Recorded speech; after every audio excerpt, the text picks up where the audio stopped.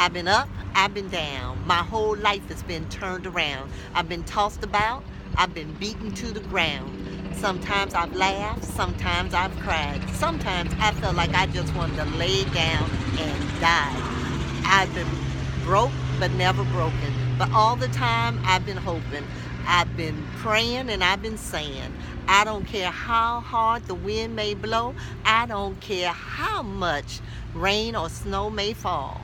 I'm going to drive on. I'm going to drive on. I'm going to drive on. You know why? Because the party's not over till God says so. Hello, my name is Lynn Whitfield, and I know you see me driving around in my two Mercedes, big time lawyer, and you said, ooh, she's got it going on. She's the bomb. Look at her. She's a city attorney for the city of Hollandale Beach. She making big bucks, got that good government job. She's been a stand-up comedian. She's been on national TV. She's done legal commentary on PBS, on ABC. She's authored 2 books. Oh, and she's cute. She is the bomb. But you know what? Hasn't always been that way. Because see, when I started my very first job at 25 years old as an attorney, I had been licensed to practice for just 1 year. I went to work one August morning with a good job, on the rise, going places, and came home unemployed. Not only did I lose my job that day, 2 weeks later, I was the headline in the Miami Herald's local section for a taped ex-prosecutor. The party's over. 6 months later, I had not only lost my job, but I had lost my license to practice law. My meal ticket, what I had gone to school for all those years, was gone. And I had to face the shame of it all. People knowing that I couldn't even make a living and feed myself. I didn't have anybody else I could count on. I didn't have anybody else to help me. I had no money in the bank. And I had to go crawling back home to my family. My family, who was so proud of me because I was the first college graduate in my family. Better yet, first professional. But I had to go home to them, but I was too ashamed to tell them everything that had gone on. I was too ashamed to let them know what I had done wrong that had cost me my license. But I went home, and I went home for 18 months. I had to work part-time. I couldn't even use the skills that I had trained to do. And I went home.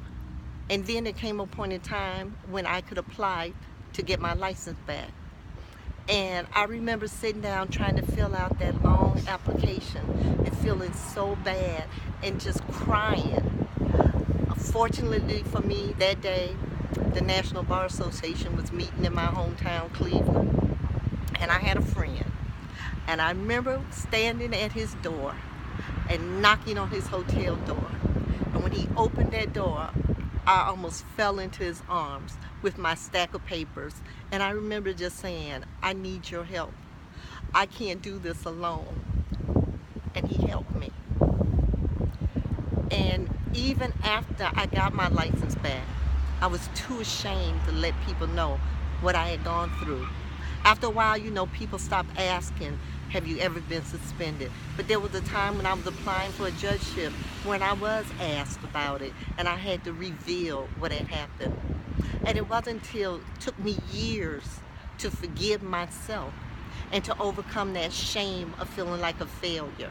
And it was only after I was able to do that I really got my career back on track, so that now I don't care who knows, because it's not about what happened in my past, it's about what I'm doing now.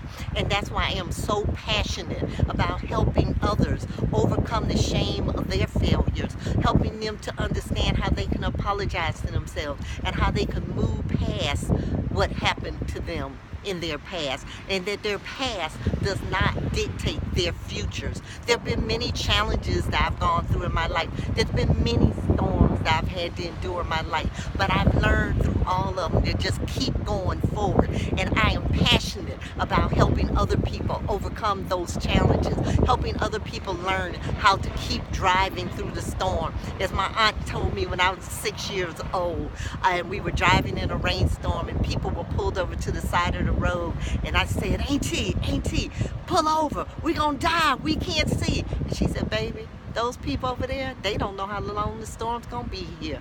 But if we keep driving, eventually we're gonna come through this storm. And so that's what I wanna help people do. I want you to understand that if you keep going little by little, you too can get through any storm and overcome.